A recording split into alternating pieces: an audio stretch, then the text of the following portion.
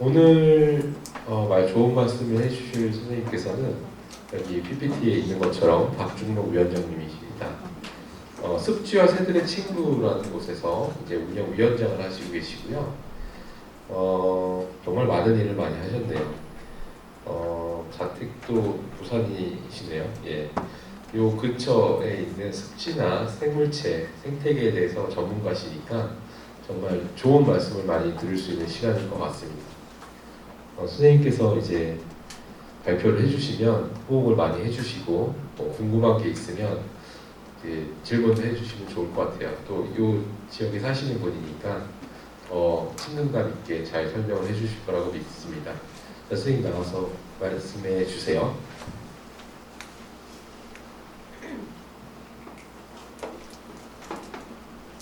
예, 여러분 반갑습니다. 그래서 인사드리겠습니다. 뭐 앞에 있는 저는 여러분하고 거리가 있으니까 마스크를 좀 벗도록 하겠습니다. 나이가 많다 보니까 이 눈이 뭐 정상적으로 작동을 않습니다. 그러다 보니까 안경을 쓰면 불편해서 오히려 안경을 벗고 좀 말씀을 드리도록 하겠습니다. 먼저 귀한 자리에 이렇게 초대를 해주셔서 또 이 젊은 여러분들 이렇게 만나 뵙게 돼서 너무 반갑고 또 영광으로 생각합니다. 습지와 새들의 친구라고 여러분 들어보셨습니까? 아마 그 이름이 낯선 분들이 많이 계실 건데 습지하는 말씀은 아시죠? 또 새도 우리 알고 있습니다, 그죠? 그래서 오늘 시간에 습지가 뭔지, 새가 뭔지 이런 얘기를 하면서 동시에 우리가 왜 이 자연과 이 친구가 되지 않으면 안 되는가? 여러분 지속가능사회, 지속가능 발전 이런 말씀 들어보셨습니까? 지속가능 사회가 왜 필요한지, 지속가능 발달이 왜 필요한지 더하기 지금 여러분 우리의 미래를 위협하는 가장 심각한 우리 주변에서 일어나고 있는 일들이 지금 여러분 마스크를 다 끼고 있는 이유가 무엇입니까? 코로나 팬데믹이라는 인류가 한 번도 겪어보지 못한 전 지구를 덮은 이런 전염병입니다. 그죠? 이게 왜 생겼습니까?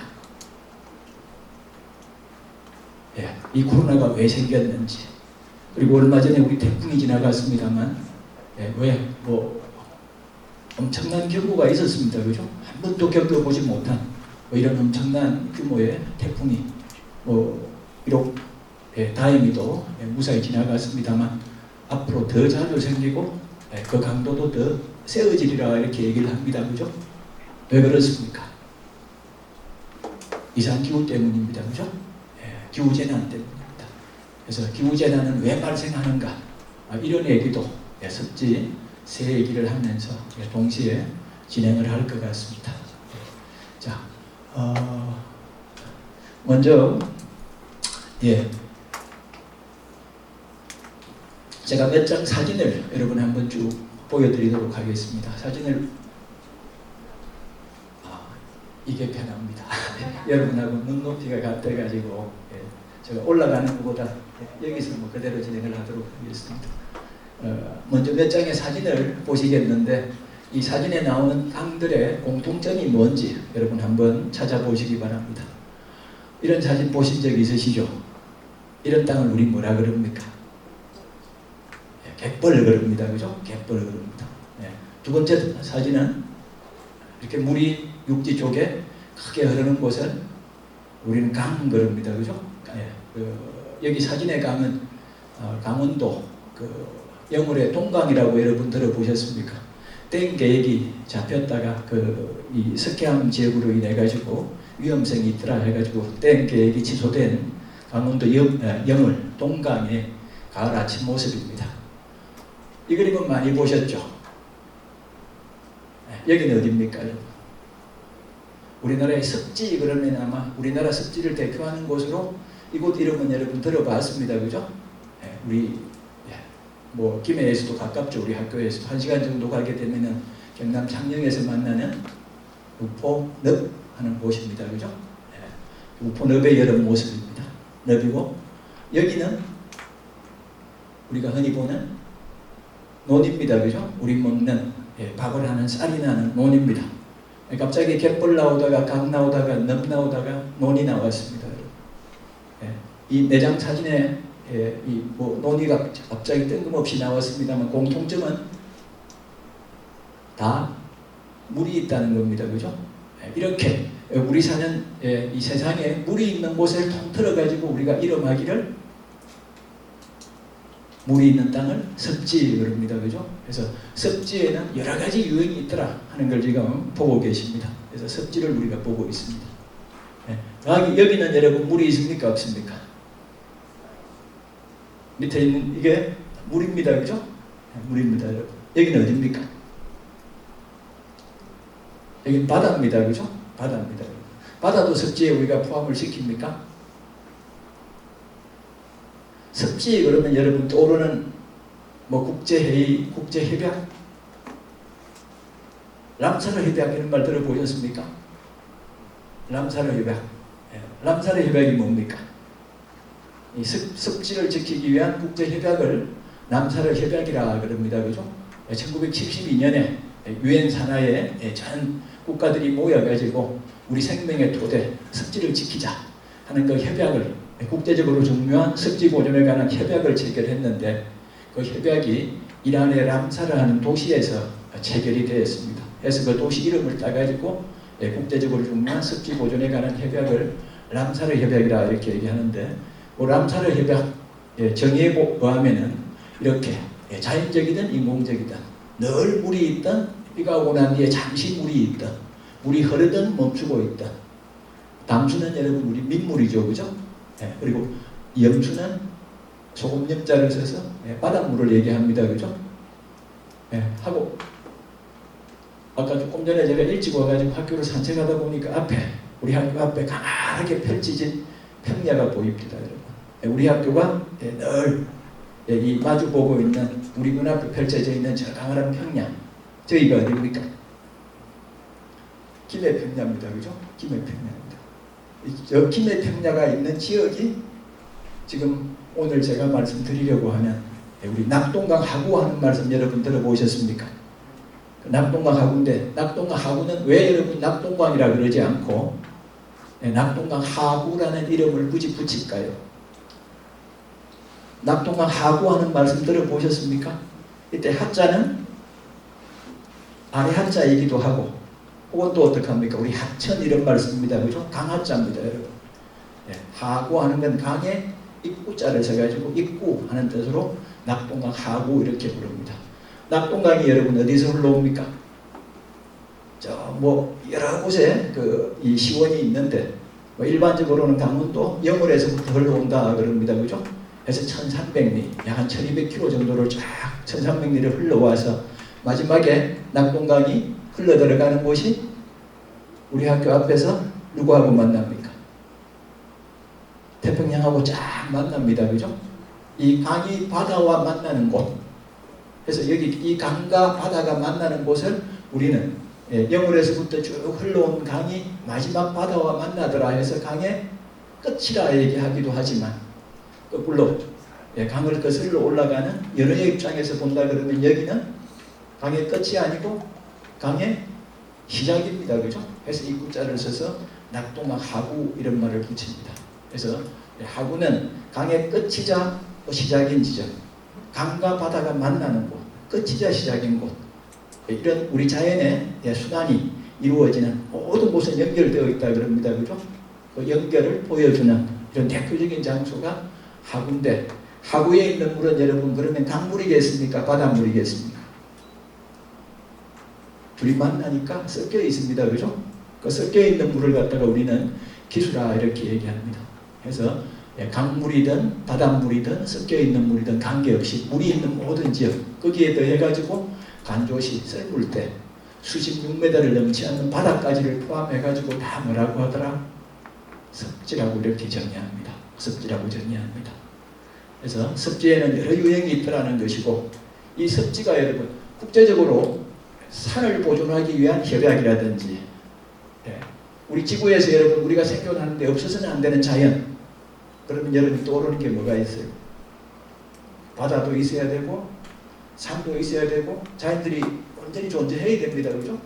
근데 국제적으로 중요한 산 보존을 위한 협약, 국제적으로 중요한 해양을 보존하기 위한 협약, 이런 말씀 들어보셨습니까? 별로 없습니다. 그죠? 근데 국제적으로 중요한 섭지 보존을 위한 협약, 람사르 협약은 3년마다 모여가지고 어떻게 하면 섭지를 지킬 건가 하는 국제회의를 각 나라의 대표들, 심지어는 섭지 관련된 전문가들, 또 시민단체의 사람들이 모여가지고 늘 어떻게 합니까? 지금 섭지 상태가 어떠하고 어떻게 지켜야만 우리가 이 지구에서 계속해서 살아갈 수 있더라 하는 것들을 회의하는 이런 국제협약을 갖고 있습니다. 왜 다른 협약은 없으면서 섭지 보존에 관한 협약은 굳이 만들어가지고 이런 국제회의를 개최할까요? 그건 그만큼 섭지가 우리의 생존에 중요한 역할을 한다는 겁니다. 그죠? 앞에서 우리 논 보시지 않았습니까? 이 논만 하더라도 논이 없다 그러면은 우리 여러분 먹는 쌀이 생산되지 않습니다. 그죠? 논이 여름에 일시적으로 내리는 물들을 저장했다가 지하수로 계속 안정적으로 공급해 주니까 지하수가 계속 공급되어 가지고 우리가 그 물을 먹고 살아가는 게 가능합니다. 그죠? 그래서 섭지는 람사르 협약에서 어떤 이런 식량 자원, 그죠? 그리고 세계 어획량의 3분의 2 이상도 섭지하고 관련이 되어 있다 그럽니까? 그러면서 우리가 버린 온갖 물질들이 정화되는 곳이고, 우리가 마시는 물이 공급되는 지역이고, 섭지가 있어가지고 어떻게 합니까? 기후를 안정화시켜주고 지구온난화를 방지하고 태풍과 해일을 감소시켜준다든지, 그러면서 섭지에 기대어가지고 온갖 생명이 살아갑니다. 그죠? 애초에 46억 년 전에 지구가 생기고 처음엔 지구에 생명체가 없었다 그러죠. 근데 그 생명의 기원이 바로 섭지입니다. 그죠? 그래서 온갖 생명들이 살아가는 생물 다양성에 보고이고, 그러면서 섭지는 우리에게 문화적인 또 휴양의 어떤 장소로서, 그래서 종합하게 되면은 우리 생존에 없어서는 안 될 이런 소중한 역할을 합니다. 그죠? 그래서 섭지를 우리는 한마디로 줄여가지고 생명의 토대라 이렇게 얘기합니다. 그래서 우리 생명의 토대, 이 섭지를 지키는 일을 하기 위한 시민단체로 저희 섭지와 새들의 친구가 2000년에 처음으로 국내에서 섭지 보존을 전문으로 하는 시민단체로 출발을 했었습니다. 자, 이 섭지 중에서 지금 여기 여러 가지 유형이 있다 그랬는데, 갯벌, 강, 논, 얕은 바다, 그리고 늪까지 다양한 유형의 섭지가 있는데, 이 섭지 중에서 특히 우리나라에는 세계인이 부러워하는, 세계인이 감탄하는 이런 섭지를 우리나라가 갖고 있습니다. 한국을 대표하는 세계인들이 특히 이 섭지를 만나려 그러면 한국을 가야 한다 하는 한국을 대표하는 섭지가 여러분 어느 곳인지 꼭 한국을 대표하는 섭지 여기입니다. 여러분 여기 아마 2000년 초반에 제가 이 섭지 이 답사를 하면서 만났던 한강하고 강화도의 갯벌 모습입니다. 우리 여기 부산에 김해에 있는 낙동강 하구하고는 또 전혀 다른 깊은 갯골이 패여 있는 이런 섭지인데요.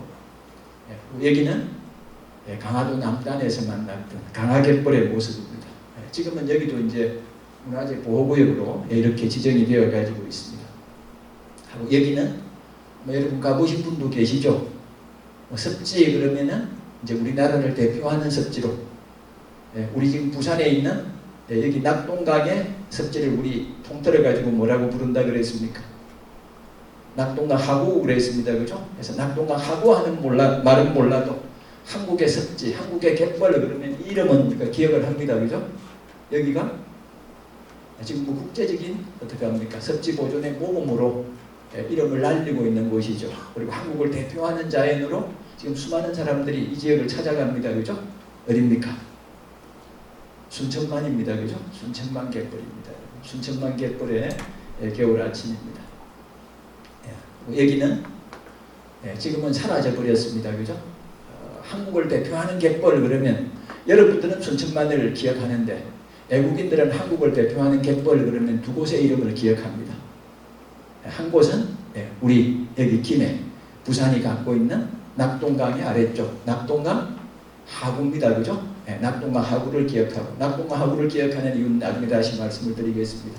낙동강 하구보다 세계에 더 많이 알려져 있는 갯벌 이름이 바로 이 지역입니다. 기네스북에도 실려 있다 그럽니다. 그죠? 세계 최고의 최장, 이 갯벌을 매립하기 위해 가지고 방파제, 방조제를 쫙 쌓은 곳으로, 방조제 길이만 33.4km라 그럽니까? 어마무시한 돌을 가지고 이 만을 메워서 이 갯벌을 지금 다 메워 가지고 이 지금 갯벌 매립 사업을 하고 있는 여기가 새만금 갯벌입니다. 그죠? 제가 갯벌을 제일 처음 만난 게 여기 낙동강 하구에서 만났습니다만, 그때 낙동강 하구에서 갯벌을 만날 때 갯벌의 뜻이 우리 갯가에 벌판 이런 뜻입니다. 그죠? 갯가에 쫙 벌판이 펼쳐져 있는 겁니다. 그래서 시상에 말은 많이 들었는데 그렇게 넓을 줄 몰랐습니다. 그래서 처음 갯벌을 보고 제가 이걸 다물지 못했는데, 여기 가가지고는 다물지 못한 정도가 아니고 잎을 쫙 벌린 상태에서 갯벌 끝을 따라가는데 거의 270도를 쫙 돌아갈 정도로 그야말로 끝도 없는 이런 공간이 펼쳐져 가지고 있었습니다. 근데 안타깝게도 어떡합니까? 갯벌의 가치를, 습지의 가치를 우리가 몰랐기 때문에 여기를 다 매립해 버렸습니다. 그죠? 매립해 버렸습니다. 새만금 갯벌 모습입니다.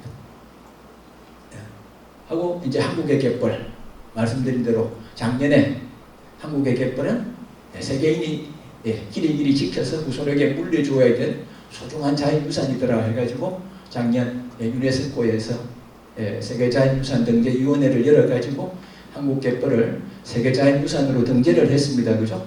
그래서 한국 갯벌은 세계 5대 갯벌의 하나이자 이 세계자연유산으로 등록이 되어 있는 이런 곳입니다. 세계자연유산으로 등록되어 있고, 그러면서 아까 한국 갯벌을 대표하는 곳이 세계인들이 제일 그 이름을 많이 알고 있는 곳이 기네스북에도 오른 새만금 갯벌이라고 그랬습니다. 그죠? 근데 새만금 갯벌은 말 그대로 세계 최대의 갯벌 매립 사업으로 이름이 높은데, 이 새만금 갯벌을 알기 전에 한국을 대표하는 갯벌로 사람들이 알고 있는 곳이 바로 이곳입니다. 여러분. 여기 지금 이 장면이 제가 제일 처음 우리 김해 부산에서 갯벌을 만났던 곳의 모습입니다. 끝도 없는 지평선이 쫙 펼쳐져 가지고 있습니다. 그죠? 그래서 나름 벌판이 펼쳐져 있고, 그냥 들판만 펼쳐져 가지고 있는 게 아니고, 여러분 지금 갯벌이 여기 점점 보이십니까? 이게 뭘 것 같습니까? 이게 다 여러분들은 아마 이런 경험이 적을 겁니다. 다 자연을 우리 기성세대가 망가뜨리고 난 뒤에 여러분들 지금 생활을 하고 있기 때문에 아마 이런 모습을 많이 보시질 못했었을 건데, 저희들 중학교, 고등학교 여러분 20대 이럴 때는 여름철에 바다라든지 유원지 가게 되면 거기에서 제일 많이 파는 게 고등이었습니다. 고등. 지금처럼 인스턴트 식품 이런 게 아니고 그 고등 중에 끝을 톡톡 부러뜨려 가지고 쪽쪽 빨아먹는 이런 고등이 있었습니다. 그래서 우리 쪽쪽 고등 그랬는데, 이 고등들입니다. 여러분. 이런 갯벌에서 온 갯벌을 가득 듣고 있는 이런 고등들을 빗자루로 썰어가지고 담아가지고 잡아올 정도로 어마무시한 여러분 이 생명체가 살고 있습니다. 그래서 여기 지금 물이 빠지면서 조금 초적초적 물이 자작자작합니다. 그죠? 하니까 이 고등들이 기어다니면서 우리가 여러분 온갖 우리 세수한 물이라든지 벤소에서 내린 물이라든지 이게 다 어디로 갑니까?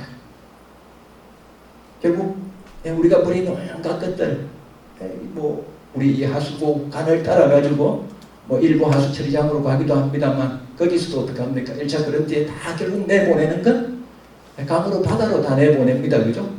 그 물 속에 포함되어 있던 우리가 버렸던 온갖 찌꺼기들, 이런 것들이 원체 많더라 그래가지고 낙동강을 우리 그냥 낙동강 안 그러고 낙동강 그러지 않습니까? 왜 해마다 여러분 녹조가 깁니까? 우리가 버린 온갖 찌꺼기들이 너무 많이 흘러 들어가기 때문입니다. 그죠?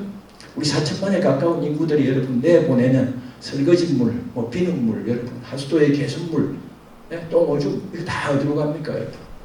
그뿐 아니잖아요. 밭에는 비료라든지 농약이라든지 계속 퍼부어 되지 않습니까?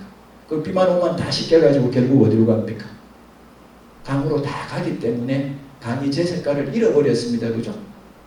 어린 맑은 이런 물들은 사라지고 자꾸 어떡합니까? 똥물이 되고 이게 지나치다 보니까 여름에는 어떡합니까? 녹조가 온통 강을 덮고 있는 겁니다. 그죠? 그런데도 강이 죽지 않고 아직 살아가지고 있는 게 바로 이렇게 어떡합니까? 썰물 때 물이 빠지고 나면 그 물에 있던 오염물질들이 땅 위에 깔아앉게 되고 그 깔아앉은 걸 누가 먹습니까? 여기 있는 고종들이 다 밥으로 먹어 치우는 겁니다. 그죠? 그래서 고종들이 먼저 1차로 밥을 먹고 물이 더 빠지게 되면은 고종들이 기어다니기 이제 불편하죠. 그러면 어떡합니까? 고종들은 물이 조금 더 빠지면 싹 들어가 버립니다. 들어가고 그때는 이제 불을 파도 불이 무너지지 않기 때문에 물이 조금 더 적으니까 이제 갯벌에 누가 출현합니까? 고종들이 사라지면은 개들이 출현합니다. 그래서 그 다음에는 이 갯벌이 온통 어떡합니까? 개들이 나와가지고 온 갯벌이 그야말로 어떡합니까? 개판이 됩니다, 여러분. 조금 이따 내가 사진을 하나 보여드릴 건데 온통 이 개들이 듣고 있는 장면이 우리 상상을 초월합니다, 여러분. 그러면서 어떡합니까? 그 모래에 있는 온갖 유기물들, 오염물질들을 먹어서 또 갯벌을 깨끗하게 정화시킵니다, 그죠? 갯벌을 여러분 지구의 콩팥이라 그러지 않습니까? 1km 갯벌 그만큼의 면적이 우리가 몇백억을 들여가지고 만든 하수처리장보다도 어떡합니까? 더 완벽하게 이 지구를 청소하는 역할을 합니다.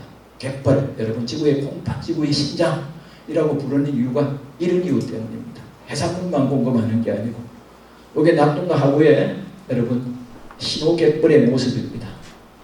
우리 여기 있다. 아마 여러분들 중에도 아마 친구들하고 이 산보를 가신 분들이 있을런지 모르겠습니다. 가보신 적이 있으세요? 아미산 전망대라고. 그러니까 우리는 모릅니다, 그죠? 이 부산시가 낙동강 하구를 원체 어떡합니까? 개발의 대상지로만 보고 이거 알려지게 되면 오히려 개발에 차질이 있을까? 이 걱정을 해서 오히려 여기 찾아오는 시티 투어까지도 지금은 끊어버렸습니다. 근데 우리 내국인들은 모르는데 외국에서 한국을 방문하거나 부산을 방문한 사람들은 반드시 찾아가는 곳이 여기 다대포에 있는 여러분 아미산 전망대 아닌 곳입니다. 앞에 모른데 성당이 있고 그런데 그 성당하고는 이 전경이 여러분 전 세계에서도 이런 막힘없는 대자연의 모습을 볼 수 있는 한국 갯벌이 세계 5대 갯벌이 하나라 그랬습니다. 그죠? 그 한국 갯벌에 끝없이 펼쳐진 살아있는 온전한 자연을 갖다가 우리가 대자연이라 그럽니다. 그 대자연의 모습을 볼 수 있던 곳이 높은 데 올라가야 있을 거 아닙니까? 근데 그 높은 곳에서 내려다 볼 수 있는 곳이 한국에서도 가장 넓은 곳이 순천만원 규모가 작고요. 낙동강 하구하고 비교한다 그러면 한 3분의 1밖에 안 됩니다, 여러분. 여기 낙동강 하구하고 새만금이 있었는데 새만금은 매립되어 사라져버렸고 이제 남아가지고 있는 게 여기 낙동강 하구입니다.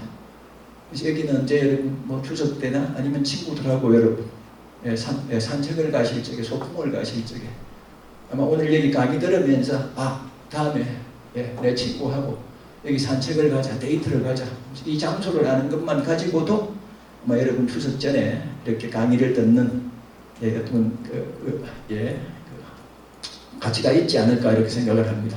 그래서 다대포에서 아미산 전망대 가는 마을 버스가 있습니다. 그래서 이제 터미널 실적에 부산의 지하철 1호선 끝이 여러분 다대포역입니다.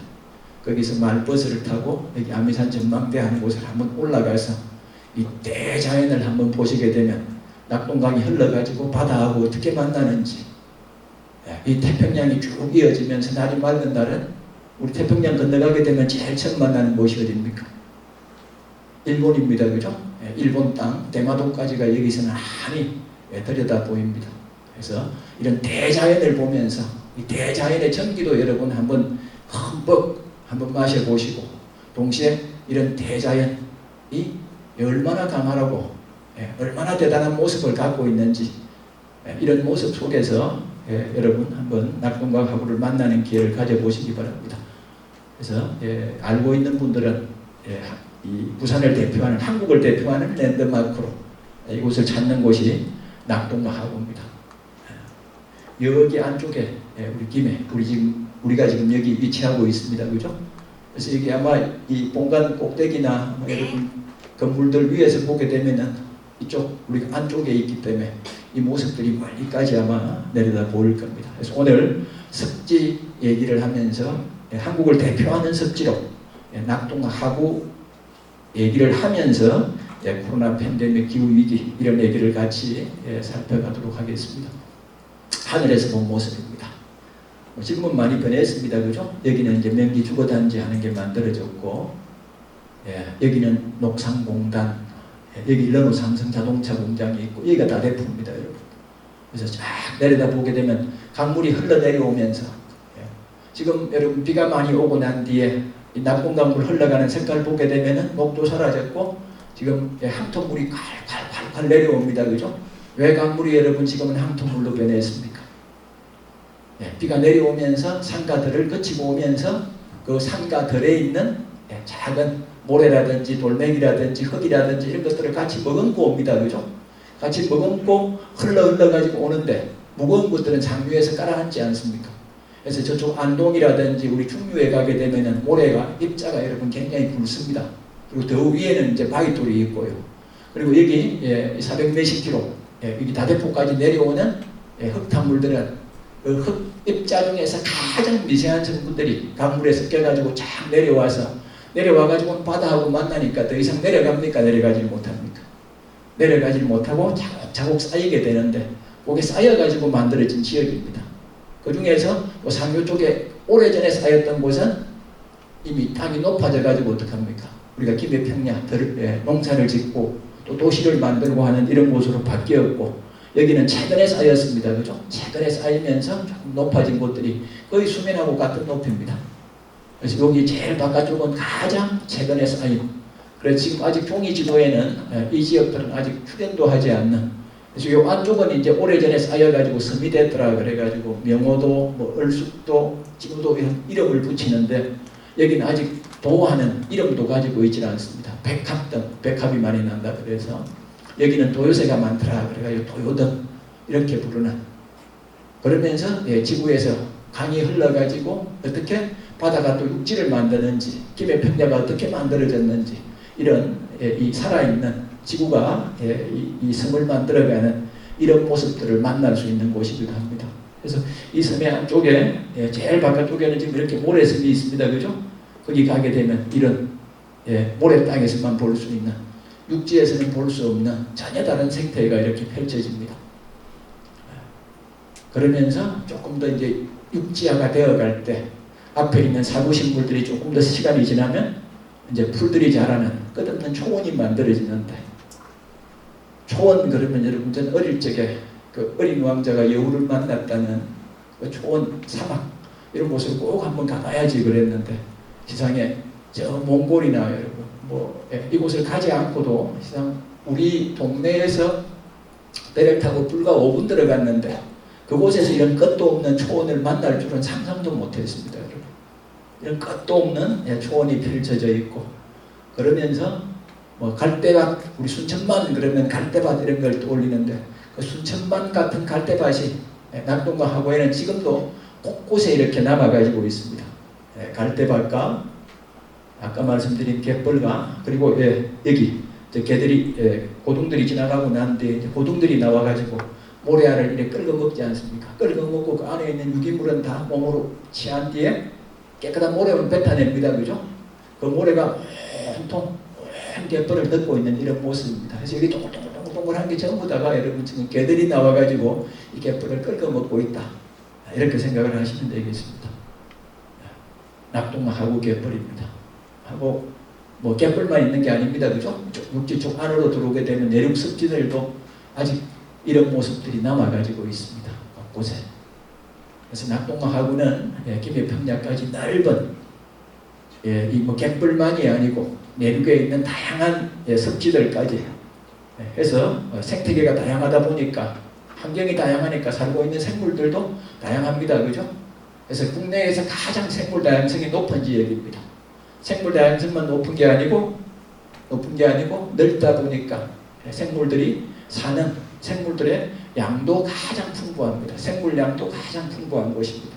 그래서 생물 다양성이라든지 생물 풍부도라든지 이런 생물상만 풍부한 게 아니고 지리적으로도 여기 우리 낙동강 하구에서 더 남쪽으로 가게 되면 바로 태평양이라는 바다로 이어집니다. 그죠? 그래서 여기 보시게 되면 여러분, 나중에 얘기가 나옵니다만, 저 멀리는 뉴질랜드, 호주에서 날아온 새들이 낙동강 하구를 거쳐가지고 유라시아 대륙으로 들어갑니다. 유라시아 대륙에 있던 철새들이 낙동강 하구를 거쳐가지고 이 동남아시아, 멀리는 호주, 뉴질랜드까지 날아갑니다. 그래서 지리적으로는 또 한반도의 가장 남쪽에 위치한 지리적인 조건까지, 그리고 겨울에는 잘 얼지 않고 따뜻한 기후 조건까지, 이런 천혜의 자연 조건을 갖추어 가지고 낙동강 하구는 옛날부터 신이 내린 축복의 땅, 동양 최대의 철새도래지 이렇게 불렀습니다. 그리고 지금도 자그마치 정부가 어떻게 합니까? 죄송합니다. 4개 법입니다. 4개 법. 문화재 보호구역, 특별관리해역, 섭지보호지역까지 4개 법으로 중복 지정해서 보호하는 한국을 대표하는 자연이 우리가 늘 보고 사는 여기 낙동강 하구입니다. 더욱이나 놀라운 게 여기 있는 땅 전부를 문화재 보호구역, 천연기념물로 지정해서 보호하는데 그 천연기념물로 지정한 연도를 여러분 한번 보세요. 몇 년입니까? 1966년입니다. 그죠? 1966년 그러면은 뭐 자연이 뭔지, 철새가 뭔지, 뭐 환경이 뭔지 이런 걸 전혀 모르던 시기지 않습니까? 근데 이 시기에 사람들로 하여금 이 땅만은 길이길이 지켜가지고 우리가 후손에게 꼭 물려줘야 될 땅, 이런 생각을 가지게 만든 곳이 낙동강 하구입니다. 그래서 뭐 과거에는 제대로 조사 기록도 없습니다만 동양 최대의 철새도래지 그래 불렀습니다. 그죠? 동양 최대면은 이건 세계 최대입니다. 그죠? 세계 최대의 철새도래지로 한국을 대표하는 자연으로 일찍부터 1960년대부터 알려져 있던 이런 곳이 우리 지역에 있는 여러분 낙동강 하구입니다. 이 낙동강 하구가 대단하더라 하는 걸 보여주는 게 바로 이 낙동강 하구에 있는 새입니다. 그죠? 새. 여러분 지표종 하는 말씀 들어보셨죠? 지표종. 그러니까 뭐 보여주는 지표가 된다 이 말입니다. 그죠? 여러분 우리 남한에 호랑이 있습니까? 호랑이 살고 있습니까? 우리 남한에 없습니다. 그죠? 여러분 사자 본 적이 있습니까?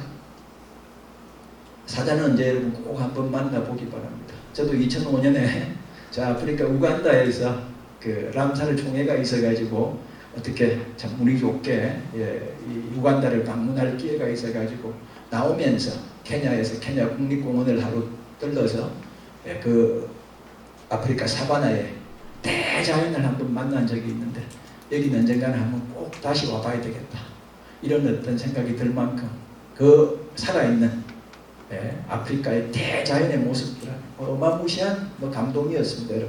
여러분도 이제 한번 꼭 방문해 보길 바라는데 사자가 살고 있다 그러면은 여러분 거기 안 가봐도 그 아프리카 사바나 사자가 살고 있는 땅이 어떤 모습인지 여러분 상상하실 수 있습니다. 그죠? 가령 여기 우리 여러분 인제대학교에 자연을 인간들이 원체 이제 많이 망가뜨렸으니까 좀 우리 반성하고 이 자연도 사람도 같이 살자 그런 뜻에서 우리 인제대학교를 다 폐쇄해서 자연에게 돌려주자 해가지고 여기 호랑이를 위해 가지고 다 인제대학교하고 이 디산까지는 우리 다 내어주었다 그래 봅시다. 그러면 호랑이 여기서 여러분 우리가 뭐 방해하지 않고 장소까지 내어줘가 잘 사십시오 그러면 여기 호랑이 살 수 있습니까? 못 삽니다. 그죠? 왜 인제대하고 이 디산까지 내어줘도 호랑이가 못 삽니까? 호랑이하고 사자는 먹이 사슬에 제일 꼭대기에 있는 종입니다. 그죠? 얘들이 살아가려고 그러면은 얘들은 뭐 식물처럼 스스로 어떻게 합니까? 자기 밥을 만들어 먹지 못하잖아요. 다른 작은 동물들 먹지 않고는 못 살아갑니다. 그죠?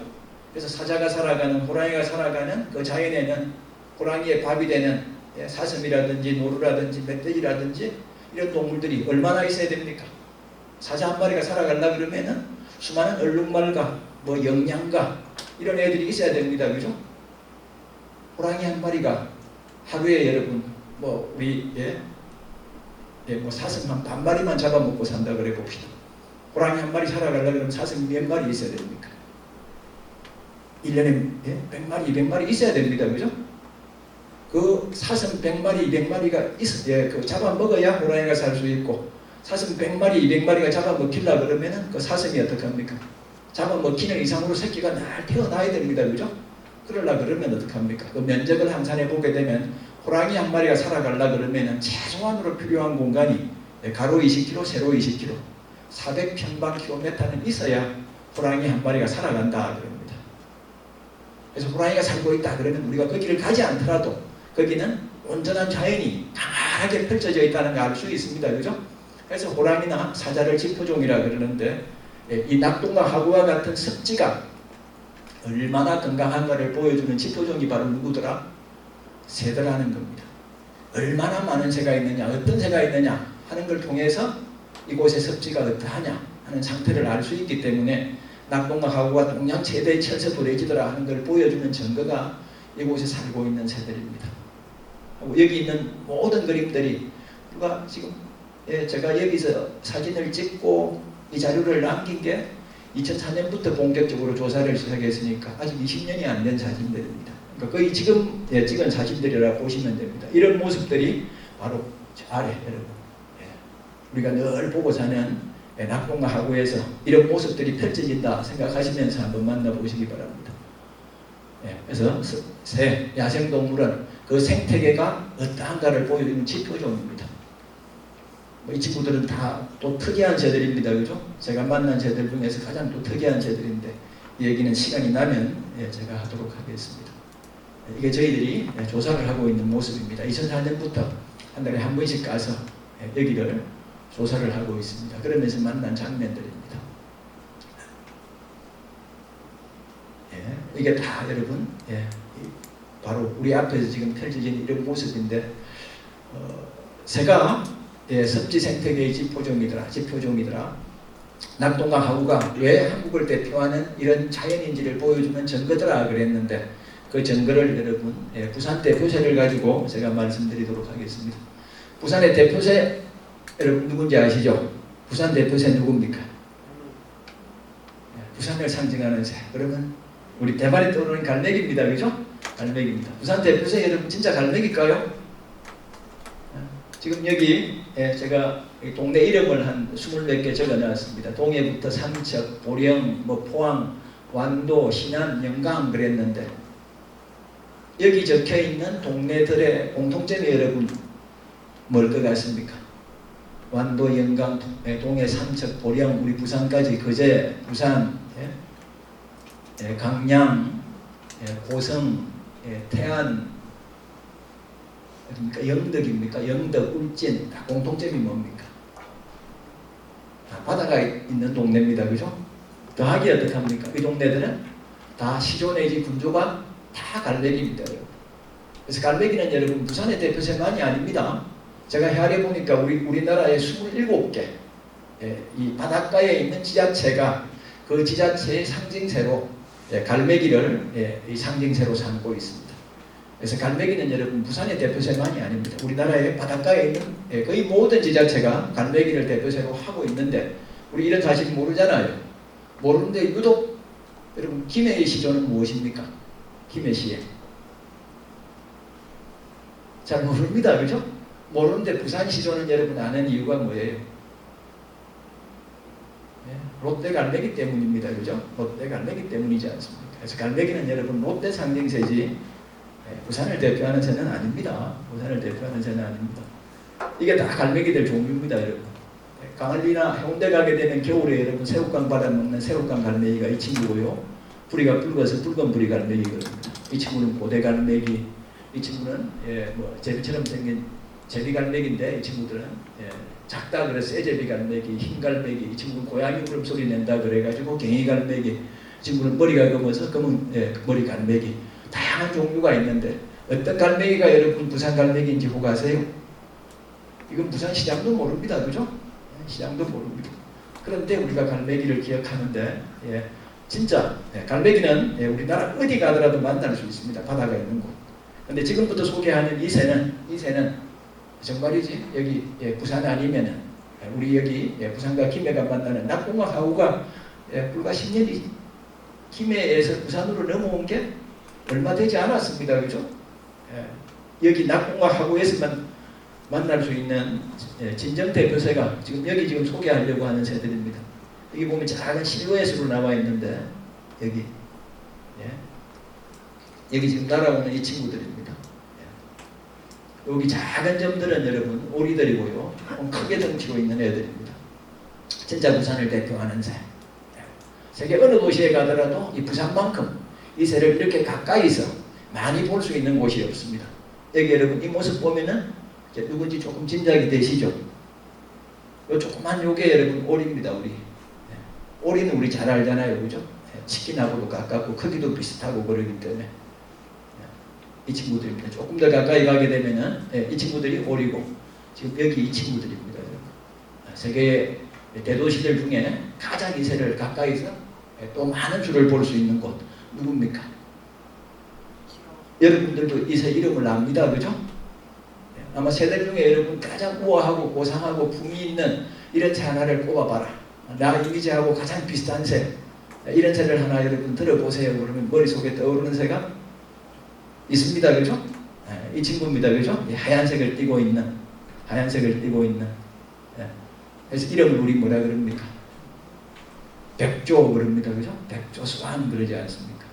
백조의 호수가 여러분 뭐 유럽에 있는 게 아닙니다. 여러분 러시아에 있는 게 아니고 백조의 호수가 어디예요? 바로 우리 부산입니다. 여러분. 전 세계 어느 도시도 여러분 이 백조로 우리가 알고 있는 한자말로는 백조 그러고 순우리말로는 고니 그럽니다. 그죠? 이 고니가 전 세계에서 우리 부산만큼 낙동강 하구만큼 고니가 많이 찾아오는 곳이 없습니다.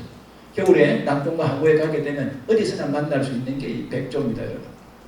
부산을 찾아오는 백조의 숫자 여러분 숫자 조금 이따 얘기하고 이게 백조 지금 사진인데 우리나라에 찾아오는 백조가 여러분 세 종류가 있습니다.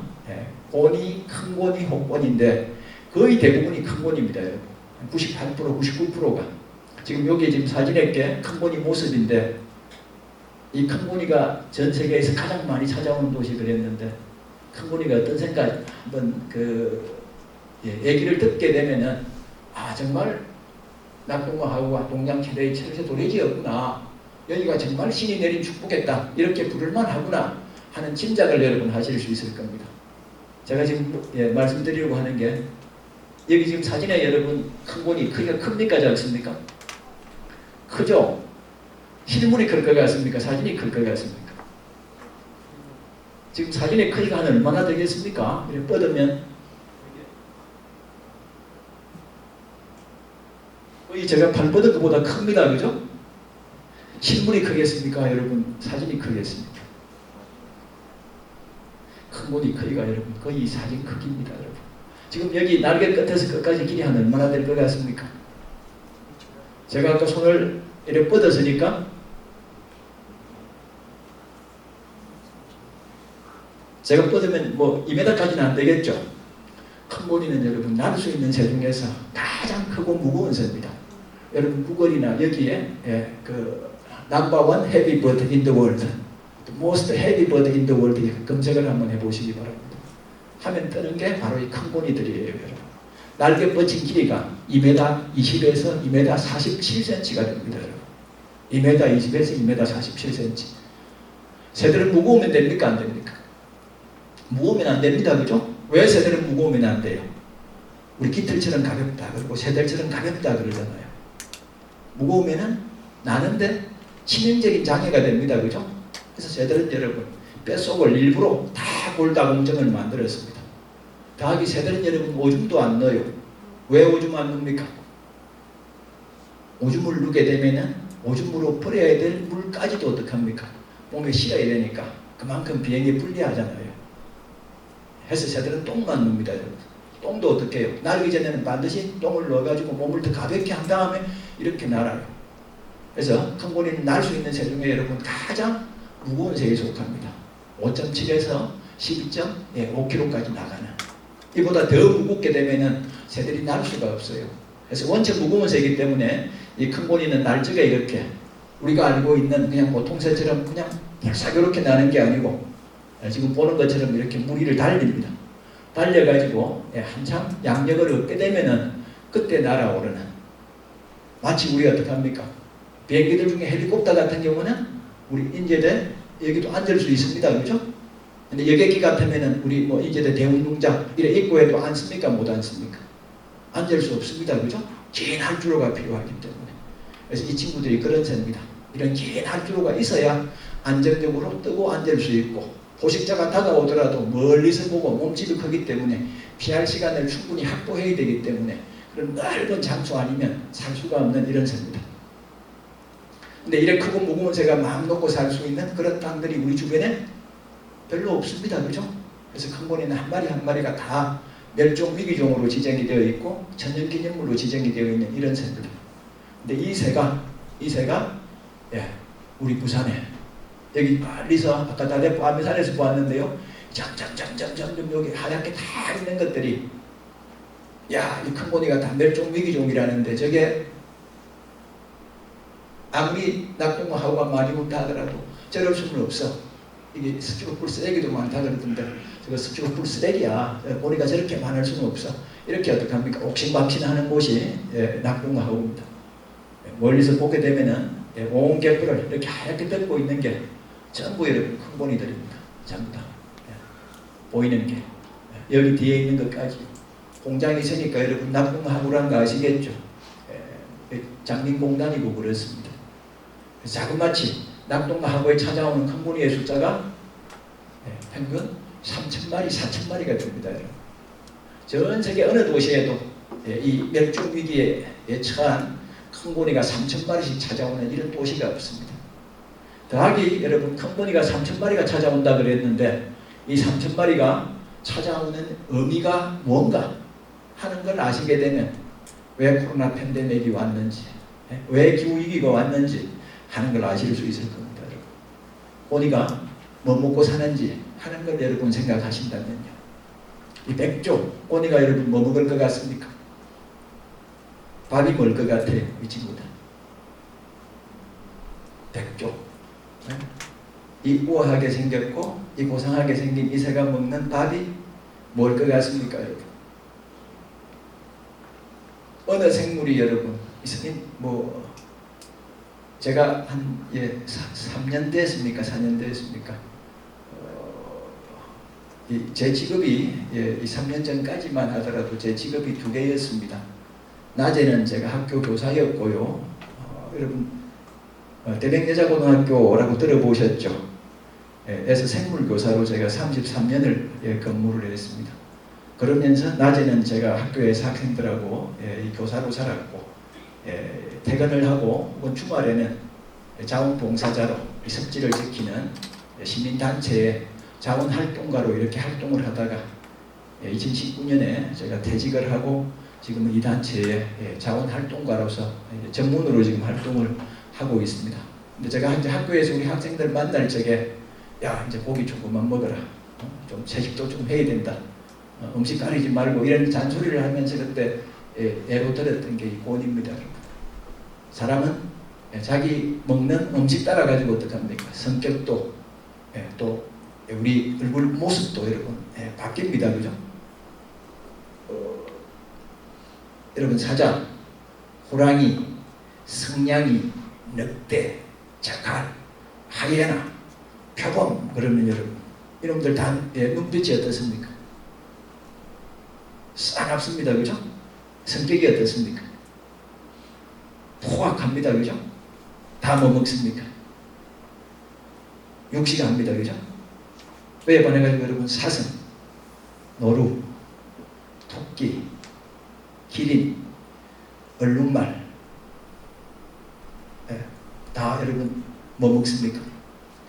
초식합니다. 그죠? 눈빛이 어떻습니까? 당나귀 한번 보셨어요 여러분? 다 눈빛이 선합니다. 그죠? 성격이 어떻습니까? 온순합니다. 그죠 여러분? 먹는 것 따라가지고 여러분 우리 얼굴 모습도 눈빛도 성격도 많이 달라집니다.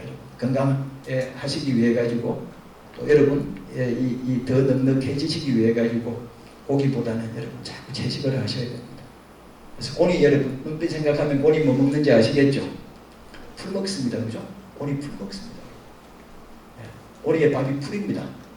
이게 여러분 낙동강 하구 갯벌인데 우리 낙동강 하구에 고니들이 3,000마리씩 4,000마리씩 찾아오는 이유가 바로 낙동강 하구 갯벌은 여름이 되면 이렇게 풀밭이 펼쳐지기 때문입니다. 여기 있는 이 강물과 바닷물이 만나는 곳에 자라는 존매자기하는 기수지역에 자라는 식물이 있어요.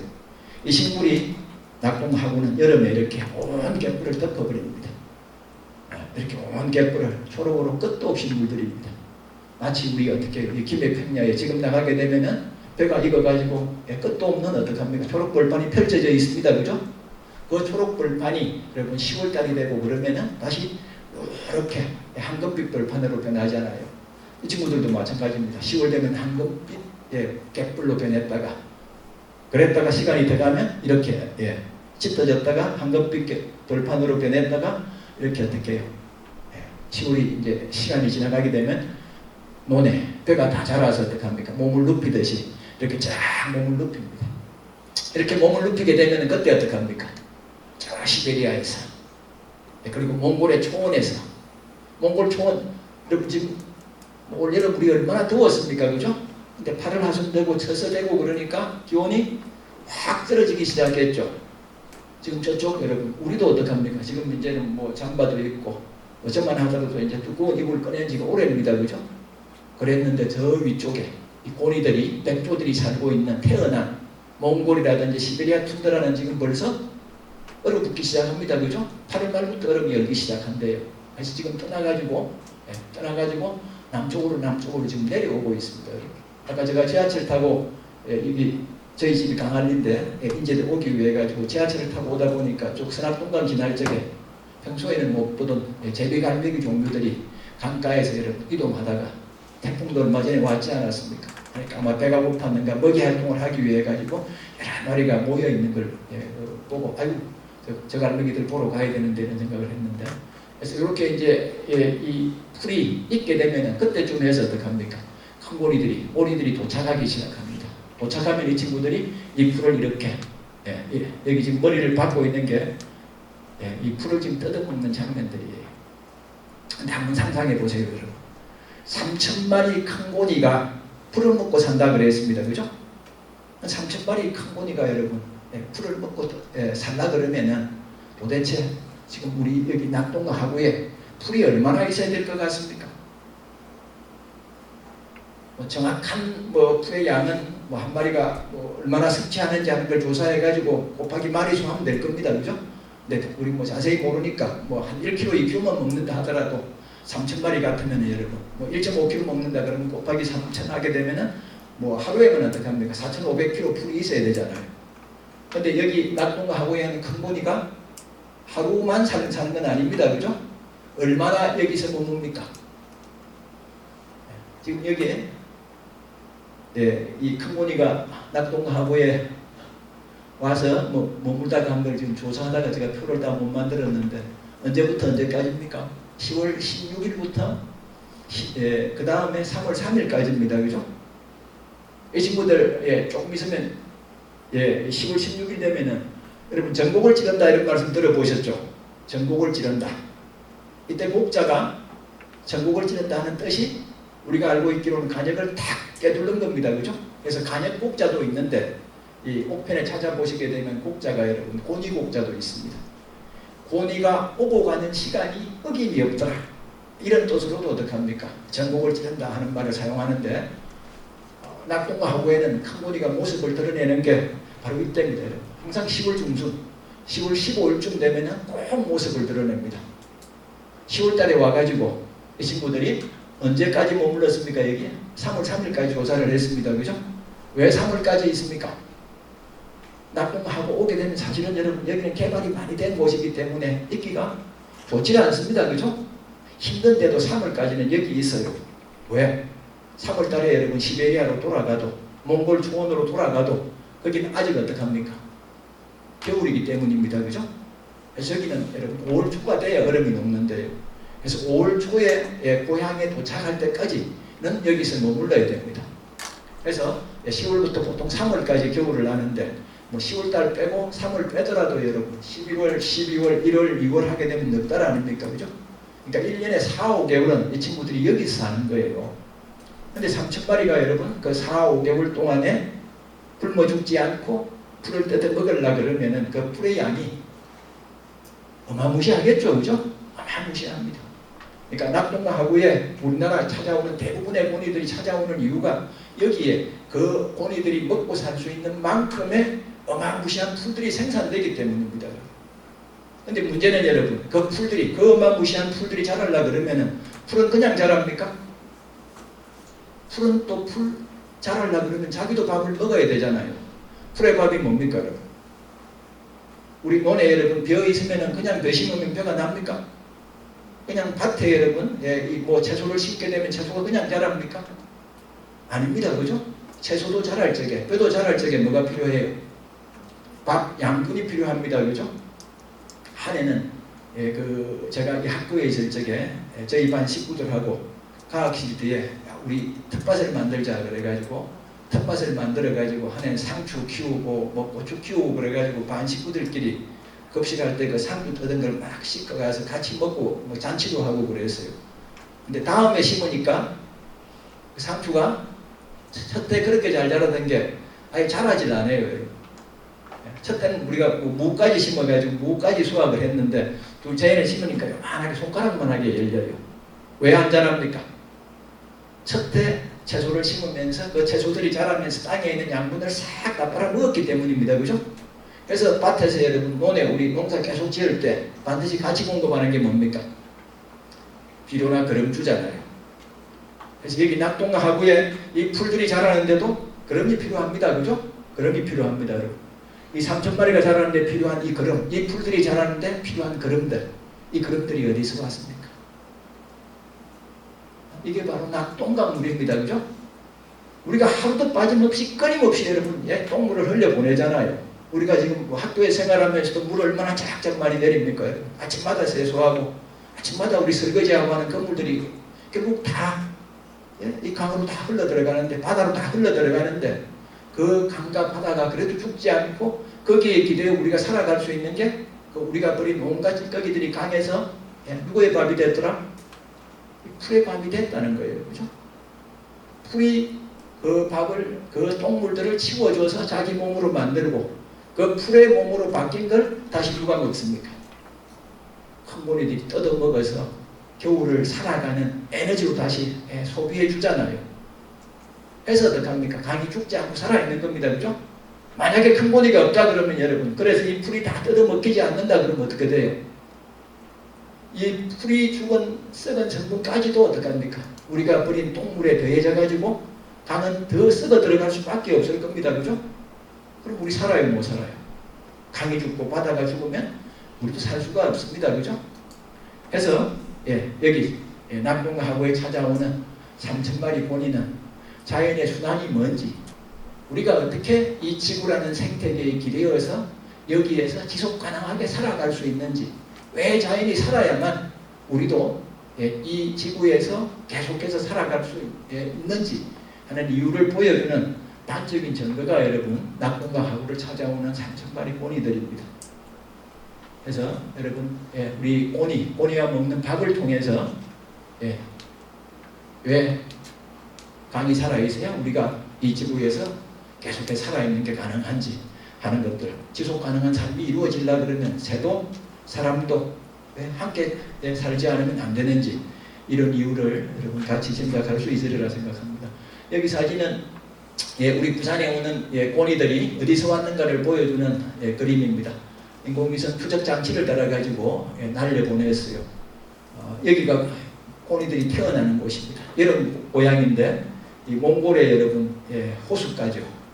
그래서 여기서 이런 곳에서 번식을 하고, 새들은 깃털이 생명입니다. 그죠? 이 깃털이 있어가지고 자기 몸을 어떻게 합니까? 추위로부터 이기고 또 비행을 하고 하는 게 가능합니다. 그래서 1년에 한 번씩은 이 자기 깃털을 몽땅 갈아요. 새끼를 놓고 난 뒤에.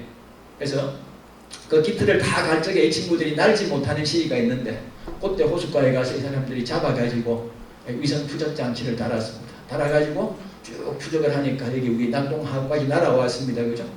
그래서 그러면서 어떡합니까? 우리 몽골에서 위성 추적 장치를 단 캄보디가 부산으로 날아갔더라. 왔는지 그 전파가 잡히고 있으니까 가서 확인을 해주세요 해가지고 저희들이 어떡합니까? 배를 타고 나가서 멀리서 보니까 여기 여러분 철사가 뾰족 솟아가지고 있습니다. 그죠? 그래서 사진을 찍어가지고 보내주니까 고맙다 그러면서 같이 확인을 하고 있던 장면입니다. 예, 그래서 새가 야생동물이 자연이 어떤 상태에 있는가를 보여주는 지표종이더라 하는 얘기를 하면서 동시에 왜 새가 야생동물이 없어지게 되면 이 지상에서 이 지구에서 우리도 더는 살아갈 수 없는지 하는 까닭을 같이 한번 살펴보았습니다. 예.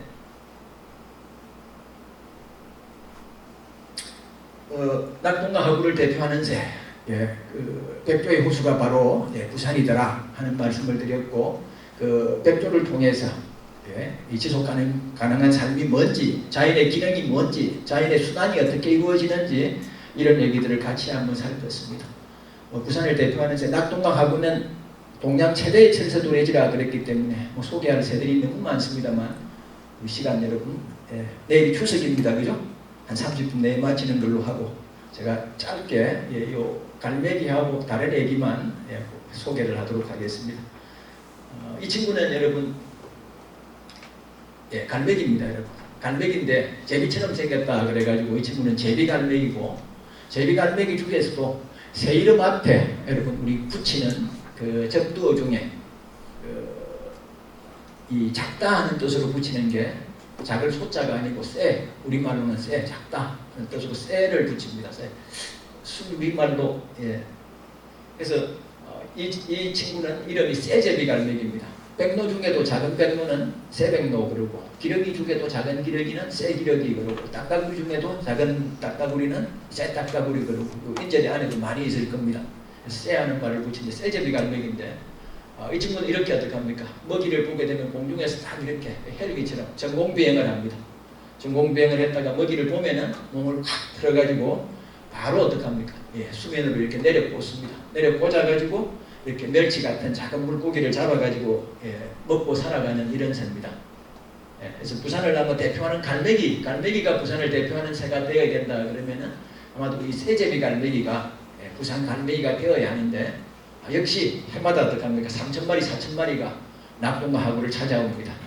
하고 이 친구들은 3,000마리, 4,000마리가 이렇게 물이 있고 얕은 모래밭이 있는 곳에 살아가는데, 이런 얕은 모래밭 지형이 있는 곳들은 흙만 조금 갖다 붓게 되면 바로 매립이 가능하니까 개발로 인해 가지고 가장 빠르게 이 지구상에서 살아가는 이런 지역입니다. 그래서 이 친구들도 그 레드 데이터북에 역시 그 등재되어 있는 이런 새들인데, 이 새들이 여러분 3,000마리, 4,000마리가 찾아오는 곳입니다. 그러니까 이 새들 멸치를 잡아먹고 산다 그랬는데 3,000마리, 4,000마리가 여름에 찾아와 가지고 이 멸치를 잡아가지고 알을 놓고 또 짝을 맺고 알을 놓아서 이제 새끼가 태어나면 새끼를 먹여가지고 이 새끼들이 이제 커서 날 수 있게 되면 지금쯤 다시 남쪽으로 날아가는 이런 친구들입니다. 근데 그 3,000~4,000마리가 여러분 이 새끼를 키워서 다시 날아갈 때까지 여름 한철을 먹고 그 멸치를 잡아가지고 먹고 살라 그러면 멸치가 도대체 얼마나 많이 나야 되겠습니까? 그죠? 하루에 10마리씩만 잡아먹는다 하더라도 하루에 한 3만 마리씩, 그게 한 달이 쌓이고 여러분 2달, 3달 쌓이게 되면 그야말로 어떡합니까? 작은 고기들이 버글버글한 곳, 이런 곳 아니면 살아갈 수 없는 곳이 없는 새들입니다. 그죠? 해서 이 친구들 자꾸 숫자가 줄어가는 이런 친구들인데, 이 친구들이 3,000마리, 4,000마리가 이렇게 찾아오는 곳이 낙동강 하구입니다.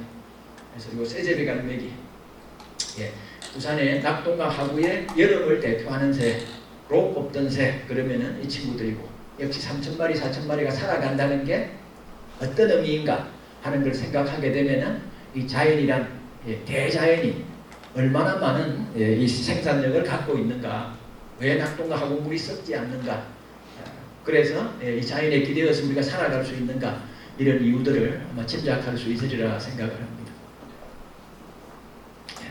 그래서 두 번째 대표하는 새는 새제비갈매기입니다. 제가 그냥 뭐 일반 카메라에 한 프레임 안에 여러분 이만큼 찍혔으니까 연속으로 찍게 되면 얼마나 많았겠습니까? 그래서 여름철에 낙동하고 모래섬에 들어가게 되면 이런 얕은 모래섬입니다.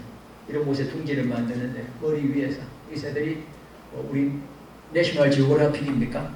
동물의 왕국입니까? 그런 데서 보던 장면들이 여기서 이렇게 펼쳐집니다. 그 친구들을 둥지 트는 모시고요, 이 먹이를 노려가지고 덤비는 매의 모습입니다. 세 번째 새 얘기는 뭐 그냥 시간상 생략하겠습니다. 여기 있는 게 여러분 이 바카스병인데, 바카스병 크기 아시죠? 이 크기를 아시면 여기 앞에 있는 이 두 마리 새를 제가 지금 시간이 되면 소개를 하겠습니다만 그냥 지나가겠습니다. 근데 크기가 얼마만한지 여러분 짐작할 수 있습니다. 그죠? 작은 뿅아리만한 새입니다. 이 친구 지금 고개를 들었는데 이 친구인데요. 이 친구인데 아마 지금 여기 모래밭에 있는 새들입니다. 아까 작은 뿅아리만 하다 그랬는데 이 뿔이 보이십니까 여러분? 아주 독특하죠, 그죠? 숟가락처럼 생겼습니다, 그죠? 그래서 이 친구 이름이 이 숟가락 같은 뿌리를 가지고 이 얕은 물이 차작차작하는 이런 모래밭에서 먹이를 잡아먹고 이렇게 살아갑니다. 그래서 이 이름으로는 스푼빌드 샌드파이프 그러는, 우리말로는 뿌리가 넓적하다 그래서 넓적뿌리도요 그러는데, 여기 있는 이 친구입니다. 조개 보이십니까? 우리 그 바닷가에 가게 되면 지금 뭐 노랑조개, 계량조개 그래가지고 지금 많이 있는 그 조개하고 여러분 거의 뭐 지름이 비슷해 보이니까 크기를 아마 짐작할 수 있을 건데, 이 넓적한 뿌리를 가지고 이 친구들 이렇게 이 뿌리지대에서 모래 속에 있는 작은 먹이를 잡아먹고 삽니다. 근데 요 뺑아리만한 새가 여러분 요 뿌리짓 할 수 있는 요런 이 물가는 뭐 우리 사람도 걸어 다닐 수 있는 이런 곳입니다. 그죠? 사람도 걸어 다닐 수 있는 이런 갯벌 같으면은 여기는 어떡합니까? 흙을 조금만 갖다 붓게 되면은 바로 매립해가지고 우리가 아파트 단지 만들어가지고 아파트 만들어서 팔면은 그 건설 예산을 엄청난 수입을 얻습니다. 그죠? 그래서 가장 빠르게 갯벌 매립의 대상, 이들이 살아가는 땅들이 그 매립 대상지기 때문에 매립으로 인해 가지고 이 친구들이 살 수 있는 땅들이 대부분 사라졌어요. 그래서 전 세계에서 가장 심각한 멸종 위기에 처한 새입니다. 우리 호랑이보다도 숫자가 더 작은, 전 세계에 지금 살아가지고 있는 숫자가 뭐 한 100에서 400, 500마리 정도, 500마리가 남지 않은 이런 새입니다. 근데 이 새를 역시 제일 많이 만날 수 있는 곳이 우리 낙동강 하구드라는 거예요. 레드 데이터북에 등급이 있는데, 레드 데이터북에 CR 등급입니다. CR 크리티컬리 인덴저드 그래가지고 가장 심각한 멸종위기에 처한 이런 뜻입니다. 여기서부터 더 다음 내려가게 되면 야생에서는 완전히 사라졌고 동물의 원에서만 남아있고, 그 뒤에는 익스팅트 그래가지고 아예 사라져버린 이런 단계로 넘어가는 새입니다. 그래서 이 새를 역시 전 지구상에서 가장 많이 볼 수 있는 장소도 바로 우리 낙동 하구드라는 거예요. 그래서 이 새는 지금 멸종에서 구하기 위해 가지고 이렇게 한 마리 한 마리 어떡합니까? 우리 사람으로 치면 신분증을 이렇게 달아놓은 새입니다. 여기 있는 이 뿌리들이. 그래서 이 친구 역시 위성 추적 장치 달아가지고 조사를 하면은 또 러시아 캄차카 일대에서 번식을 하고, 겨울은 여기 동남아시아, 멀리는 뭐 스리랑카, 버마 이런 곳에 가서 이제 활동을 하는 친구입니다. 근데 한꺼번에 날아가지 못하니까 중간에 어떡합니까? 우리 낙동 하구와 같은 한국 갯벌에서 쉬어가는 새입니다. 그죠? 하고 겨울 끝나면 다시 거쳐가지고 러시아 캄차카 쪽으로 가서 이 번식을 하고 하는 이런 새입니다. 그래서 역시 넓적뿌리도요. 그래서 한 마리 한 마리가 다 신분증이 있다 그랬습니다. 그죠? 이 멸종을 막기 위해 가지고 번식기에 시베리아에 들어가 가지고 멸종을 막는 연구팀들이 이 친구들이 알을 놓게 되면 처음 알을 뺏어버립니다. 처음 알을 뺏기게 되면 이 친구들 두 번째 알을 낳거든요. 하면 두 번째 알은 품게 만들고 첫 번째 이제 뺏은 알들은 인공부화기에 인공부화를 시켜가지고 뺑아리 단계까지 키워가지고 내보냅니다. 그러면 어떡합니까? 새끼가 두 배로 태어나는 겁니다. 그죠?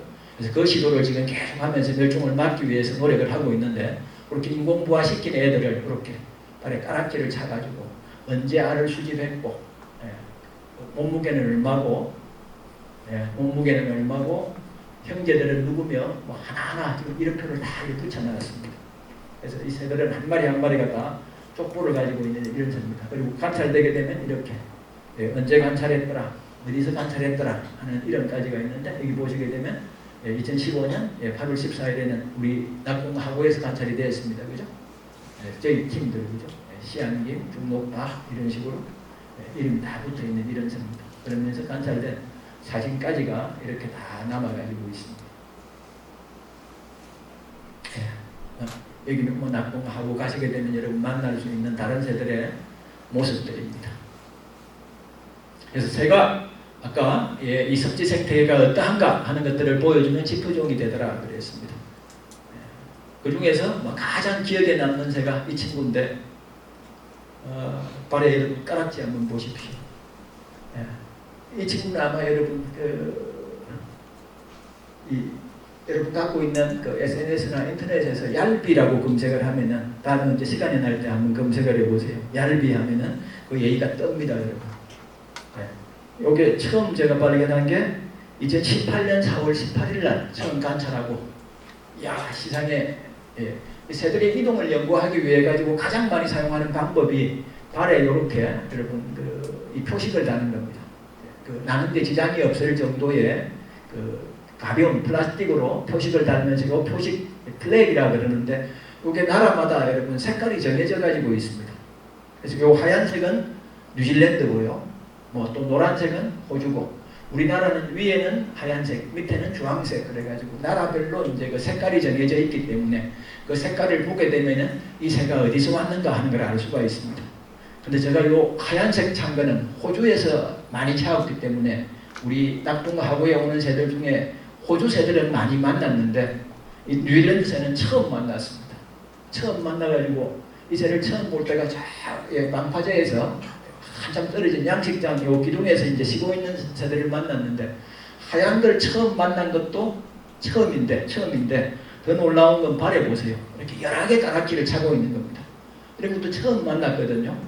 그래서 처음 보자마자 막 이 가슴이 두근박 뛰기 시작하면서, 그러면서 조사할 때 저희들 그 배를 빌려 타는 선장님한테 급히 연락을 해가지고 선장님 좀 실어주십시오 해서 가까이 가서 찍은 사진입니다. 그래서 여기 있는 요 하얀색은 나라를 표시하기 위한 것이고, 여기 있는 요 링이라 그러는데 요 4개 링은 이 개체를 식별하기 위해 가지고 채우는 겁니다.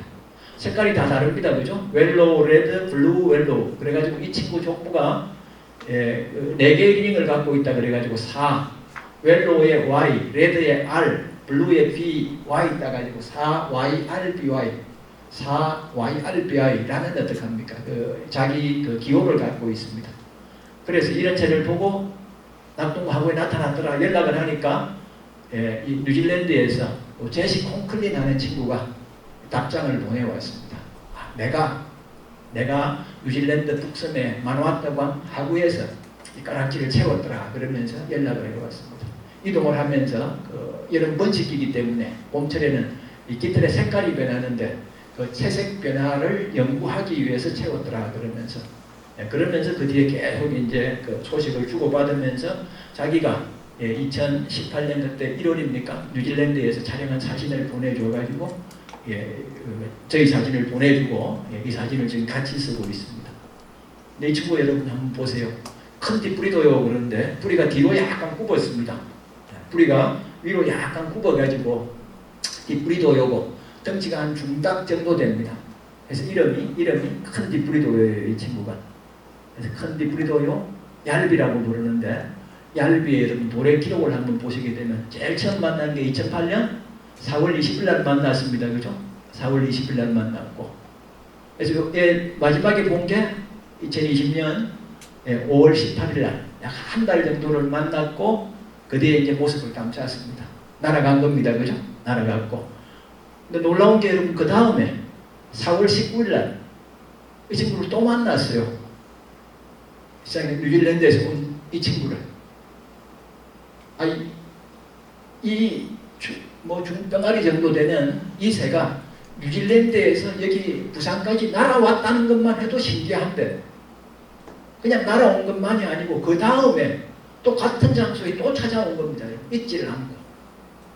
상상이 됩니까, 여러분? 뉴질랜드 같으면 우리가 비행기를 타고도 허리가 아플 정도로 가야만 도착하는 곳이잖아요. 거기에 여러분 이 작은 새가 날아가지고 똑같은 장소를 찾아왔다는 게. 근데 놀라운 게 여러분 이 친구가 그 다음 이제 2009년에 4월 19일 날 날아왔고 2010년에 4월 18일 날. 제가 그때 이제 학교에 있기 때문에 주말 아니면 못 나갑니다. 그죠? 그래서 공교롭게도 날이 보니까 20일 날 받고 19일 날 받고 18일 날 받고 2011년에는 4월 17일 날 하루씩 앞당겨가지고 봤습니다. 몇 년입니까 여러분? 8년, 9년, 10년, 11년, 4년째입니다. 그죠? 이 작은 새가 여러분 4년째 그 장소에 있지 않고 똑같은 시간에 그렇게 나타나는 겁니다. 그래서 어떻게 합니까? 이 친구 다음에 2012년에 나타나면 이제 몇 년째예요? 5년차 되는 거 아닙니까? 그죠? 그래서 5년차 찾아오게 되면은 이건 그때는 우리가 이 얄비를 축하하는 이 잔치를 한번 열자 해가지고 어떻게 합니까? 2018년 봄에 아까 처음 봤다는 뉴질랜드의 이제 제시 콩클린 하는 친구한테 우리가 잔치를 준비하고 있다. 뉴질랜드에서 떠나면 연락을 타고 이렇게 편지를 보냈는데 이 친구한테 답장이 오기를 2011년 가을에 뉴질랜드로 돌아오지 않았다. 해서 자기들도 만나지 못했다. 이렇게 연락을 보내왔습니다. 그래서 4년을 만났는데 이 친구가 그러면 어떡합니까? 여기 2011년 5월 7일에 낙동하고 떠나가지고 여기 보세요. 이 친구 컨디프리도 오는데 위성 추적장 따라가지고 뉴질랜드에서 날려 보내었습니다. 한국으로 와서 알래스카에서 번식을 하고 다시 어떻게 합니까? 뉴질랜드로 돌아가는데 놀라운 게 여기 보세요. 뉴질랜드에서 우리 한국까지 날아올 때 언제 뉴질랜드에서 출발을 했습니까? 3월 17일 날 출발해가지고 3월 24일까지 7일 밤낮을 날아간 거예요. 10,000km가 넘는 거리를 한 번도 쉬지 않고 여러분 그죠? 뉴질랜드에서 1만 킬로가 넘는 거리를 이 작은 새가 한 번도 어떻게 합니까? 중간에 쉬지 않고 논스톱으로 7일 밤낮을 날아가지고 여기까지 왔더라는 걸 한번 상상해 보세요. 날개짓을 여러분 도대체 몇 번이나 했겠습니까? 그리고 비행기로도 어떻게 합니까? 작은 비행기는 갈 수 없는 지역인데 여기서 여기까지 올 적에 그 에너지는 어떻게 만들었겠습니까? 그래서 이 친구들은 이동하기 전에 어떻게 합니까? 잔뜩 먹어가지고 몸에 살을 2배로 찌웁니다. 그죠? 지방으로 살을 찌워가지고 날아오는 동안에 어떻게 해요? 그 지방을 갖다가 다 소진하면서 그래서 도착할 때쯤엔 어떻게 합니까? 몸무게가 반 이하로 떨어져 있습니다. 그죠? 그야말로 피골이 상접한 상태로 도착을 합니다. 도착을 해가지고 여기 한국 갯벌에서 다시 게라든지 조개라든지 이런 것들을 잡아먹으면서 다시 알래스카까지 날아갈 수 있는 체력을 한 달 정도 쉬면서 회복을 하는 겁니다. 회복을 해가지고 여기 언제까지 머물렀습니까? 5월 2일까지 머물다가 5월 2일 날 출발을 해가지고 알래스카에 5월 8일 날 도착을 했습니다. 6,500km. 그러니까 시속 60km 속도로 계속 날아가는 겁니다. 여러분. 시속 60km 그러면 차도 어떡합니까? 적지 않은 속도인데 그죠? 이 작은 새가 그런 속도로 날아가는 거예요. 그래서 5월 8일 날 도착해가지고 여기서 이 친구들이 이제 짝을 맺고 알을 낳고 새끼를 키워가지고 새끼가 다 자라고 알래스카가 얼기 시작하면 다시 어떡합니까? 뉴질랜드로 날아옵니다. 날아오는 시기가 8월 30일 날 출발을 했어요. 8월 달 벌써 얼기 시작하니까. 그래서 더 놀라운 건 내려올 적에는 다시 낙동하고 거치지도 않고 태평양을 논스톱으로 바로 건넜습니다. 여러분. 태평양을 논스톱으로 8일 동안에 12,000km를 날아가지고 도착을 하는 거예요. 그러니까 이 친구가 2012년에 11년 가을에 뉴질랜드로 돌아오지 않았다는 건 우리가 여기서 5월달에 마지막 확인했으니까 여기서 죽었거나 아니면 이 내려오는 다시 이동하는 도중에 새들은 날씨를 예측하거나 이런 기능이 없다 그럽니다. 그죠? 그래서 태풍이나 이런 게 불게 되면은 안전하게 날기 위해 가지고는 연료를 많이 실으면 되는데 그렇다 그래가지고 연료를 무조건 많이 실을 수도 없죠. 살을 많이 찌우게 되면 몸무게가 무거워지니까 대신에 어떡합니까? 비행이 그만큼 힘들어지지 않습니까? 그래서 자기 목적지 가는 데까지만 이 살을 찌운다 그럽니다. 그래서 태풍을 만나거나 아니면 어떡합니까? 알래스카에도 지금 여러분 지구온난화로 인해 가지고 얼음 같은 것들이 녹아서 고래 사냥이라든지 이런 것들이 어렵다 그럽니다. 그죠? 그래서 알래스카인들이 겨울을 나기 위해 가지고 양식을 비축할 때 이 컨디프리도는 비교적 큰 도요새니까 총으로 이걸 사냥해가지고 식량으로 저장을 해놓는데요. 그래서 알래스카에서 아마 사냥에 의해서 죽었을 수도 있고 이동 중에 어떡합니까? 기후 조건이 좋지 않아가지고 죽었을 수도 있습니다. 그죠? 들을 만나지 못했던 이런 새입니다. 하고 이 얄비의 그 놀라운 그 비행 얘기에 감동을 먹은 가슴 떨린 이 진재훈하는 지금 KNN의 대기자로 있습니다. 이 친구가 영화로 만든 게 위대한 비행하는 영화입니다. 역시 우리나라 여러분 영화로도 지금 소개가 되어 가지고 있습니다. 여러분 언제 기회 나면 한번 만나보면 좋겠습니다. 그래서 이런 어마무시한 곳이 여러분 우리 살고 있는 부산의 낙동강 하구라는 곳입니다.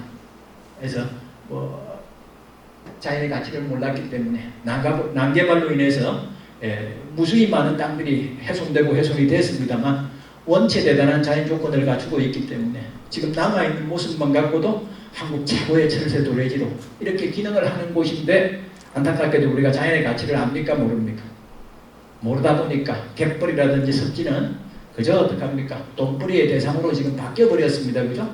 그래서 낙동하구에서 이루어진 개발 사업만 하더라도 여러분 이렇게 숱한 두 손으로 다 꼽지 못할 정도의 많은 개발 사업이 이루어졌고 더 안타까운 건 이제는 우리 인간이 살아남기 위해서도 지속 가능하게 자연을 이용하지 않으면 안 되더라 하는 걸 우리가 알고 있는데 지금 진행 중인 사업만 하더라도 역시 어떡합니까?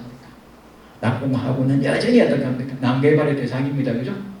근데 더 놀라운 건 지금 여러분 진행 중인 사업만이 아니고 어떻게 해요? 지금 여기서 추진 중인 사업만 하더라도 이제는 끝쳐야 된다. 지금 부산이 여러분 박형준 시장이 대통령까지 욕심을 내면서 지금 야심적으로 지금 추진하고 있는 게 2030 엑스포 유치입니다. 그죠? 2030 엑스포의 여러분 대주제가 뭔지 아세요? 세계의 대전환, 미래를 향한 항해 이런 슬로건을 내버렸습니다. 세계의 대전환. 왜 세계가 대전환해야 된다고 얘기합니까? 코로나 팬데믹이라든지 기후위기라든지 이런 데서 이제 인류가 지속 가능하게 살아남기 위해서는 이제는 바뀌지 않으면 안 된다 하는 겁니다. 그죠?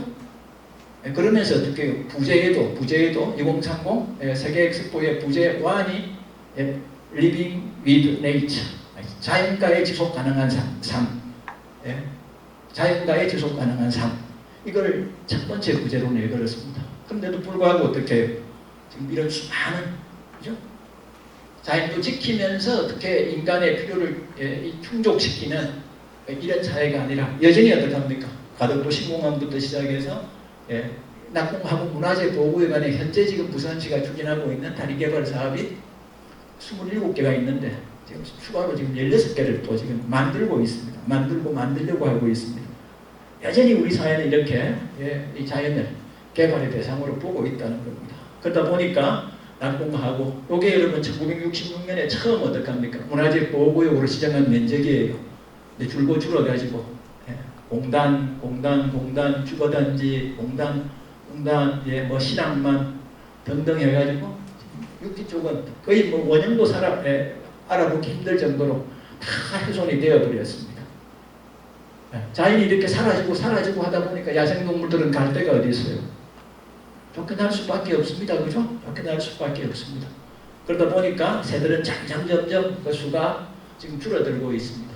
야루비가 있던 큰 디프리도의 숫자 100마리가 넘게 늘 찾아왔습니다. 근데 지금은 여러분 2015년까지 제가 데이터를 만들어놨는데 한 30마리 정도, 이 정도밖에 보이지 않고요.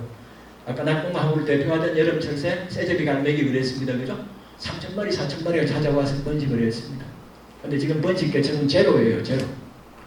불과 10년 안 되어가지고 제가 조사하는 우리 눈앞에서 이 새 자체가 온전히 이렇게 사라질 줄을 전혀 상상을 못했습니다. 그죠?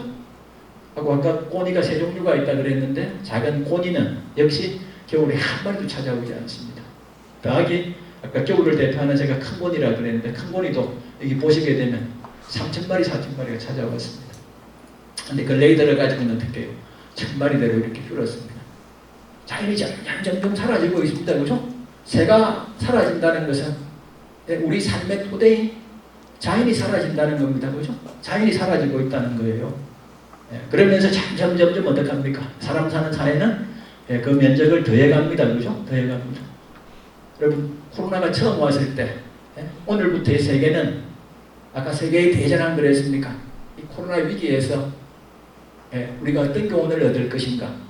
어떻게 해야 지구에서 인간이 계속해서 살아갈 수 있는가?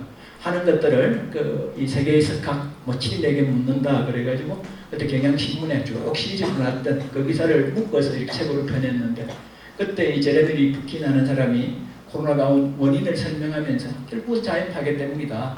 우리 삶의 토대인 자연을 개발에 대해서 오랫동안 우리가 생각을 했고 없애버렸기 때문에 그래서 1900년도에 야생의 땅이 86%가 인간이 사는 땅으로 변했고, 죄송합니다. 1900년에 14%가 인간이 살았는데 지금은 86%가 인간이 차지하고 있더라.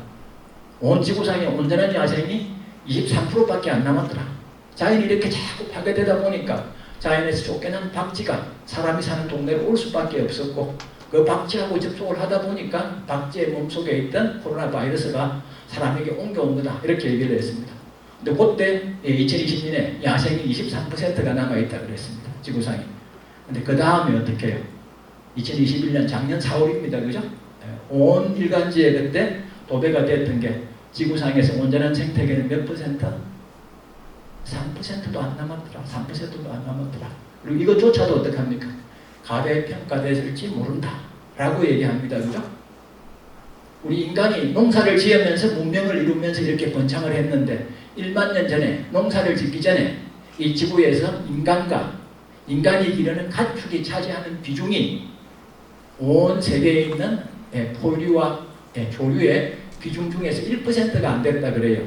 인간이 차지하는 비중은 1%밖에 안 됐습니다. 근데 지금 오늘날 이 지구를 인간이 고스란히 점령을 했습니다. 그죠?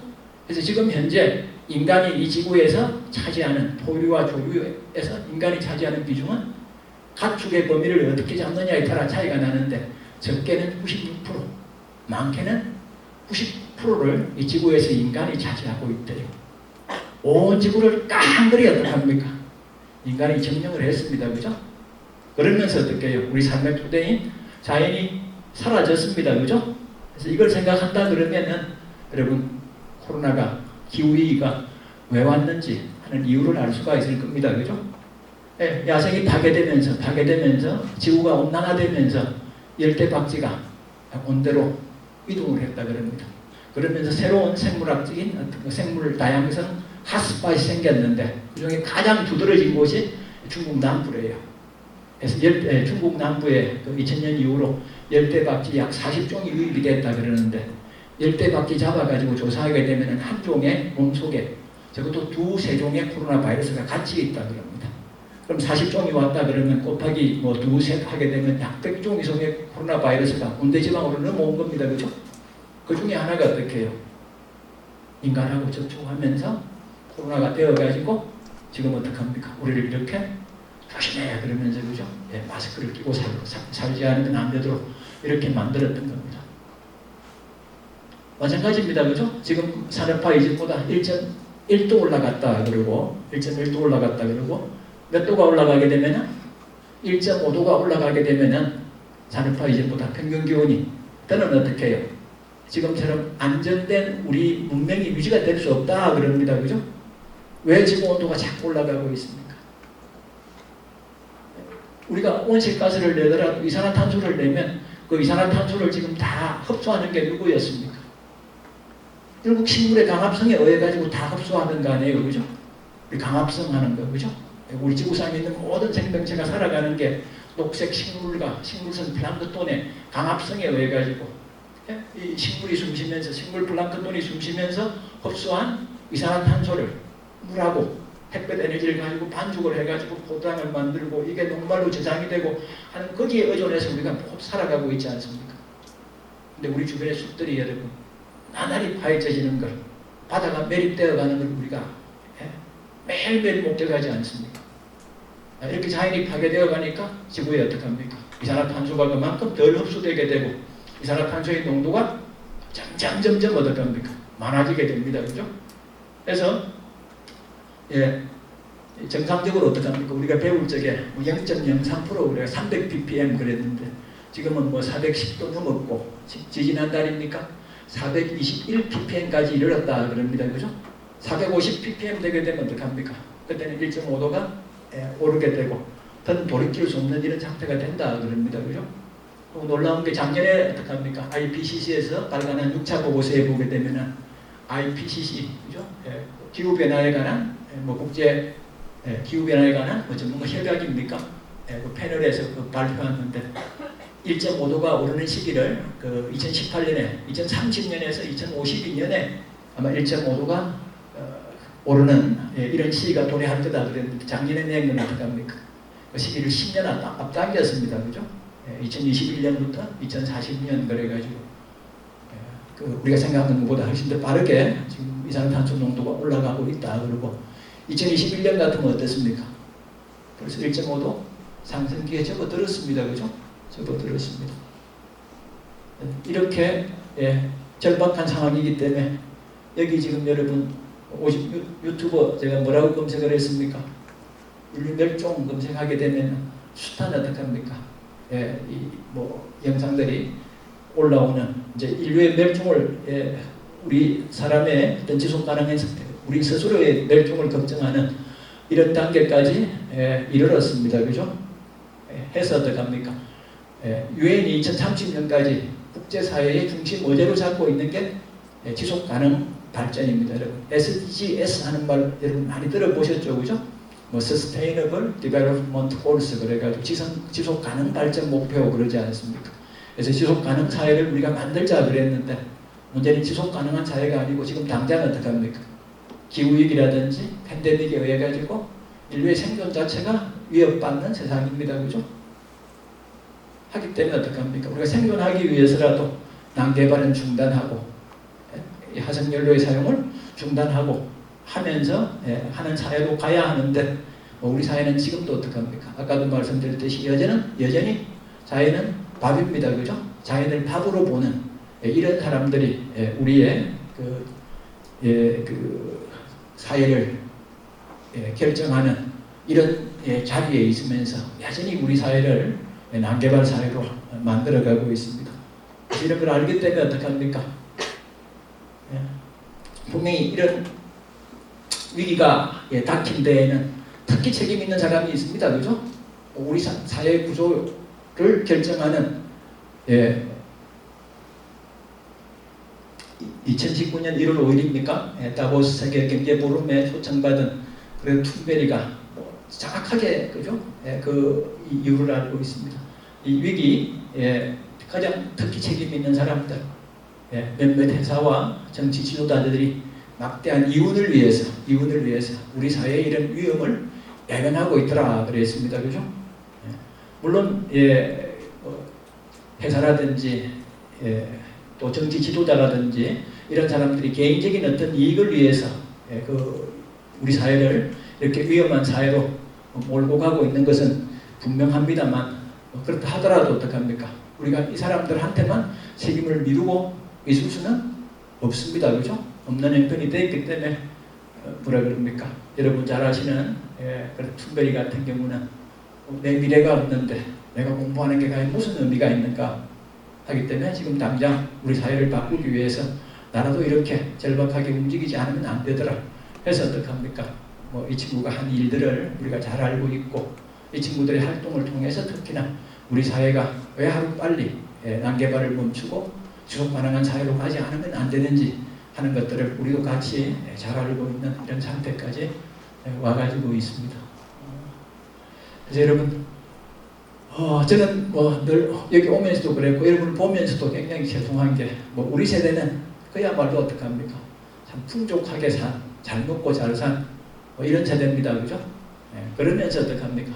여러분들한테는 우리는 이렇게 잘 먹고 잘 살았는지 모르지만 여러분들한테 지금 전하고 있는 이 자연은 그야말로 지속 가능성, 멸종을 걱정하지 않으면 안 되는 이런 어려운 어떤 그 자연 환경들을 물려주는 이런 제도로서 여러분들을 볼 면목이 사실은 없습니다. 그래서 그런 부분에서 어떻게 조금이라도 자연이 지키지는데 내가 할 수 있는 역할이 무엇가 하는 부분에서 활동을 하고 있습니다만 어쨌든 여러분 이건 정치가의 문제만도 아니고 또 기업가들에게 맡겨놓았으면 될 문제도 아니고 저같이 이제 환경 활동을 하는 사람들에게 맡겨놓았으면 또 될 문제도 아닙니다. 그죠? 그만큼 우리의 삶에 근본적으로 내 생존을 위협하는 그런 가장 시급한 우리가 해결하지 않으면 안 되는 이러한 문제에 대해서 여러분들도 같이 관심을 가지고 내가 할 수 있는 일은 무언가, 나는 어떤 힘을 다할 수 있을까, 이런 것들을 같이 고민할 수 있을 때, 고민하실 때 그때 아마 이 문제도 해결이 될 수 있지 않을까 생각을 합니다. 그래서 여러분 여러 가지로 여러분들도 일들이 많고 고민해야 될 부분들도 많이 있습니다만 그러면서도 어떡합니까? 우리가 살아가는 가장 중요한 살아가기 위해서는 생존 가능하다는 거, 지속 가능해야 된다는 거, 이것보다 큰 건 없습니다. 그죠? 그래서 이런 부분에서 여러분들이 우리 주변에서 일어나고 있는 지구온난화, 코로나 팬데믹의 원인, 그리고 지속 가능하기 위해서 우리가 어떻게 해야 하는가 하는 부분에 여러분들이 좀 더 많은 관심을 가지고 더하기 가능한 활동까지를 여러분이 더해 주셔가지고 우리 사회를 좀 지속 가능하게 갈 수 있도록 그렇게 여러분들이 노력해 주시면 감사하겠습니다. 고맙습니다.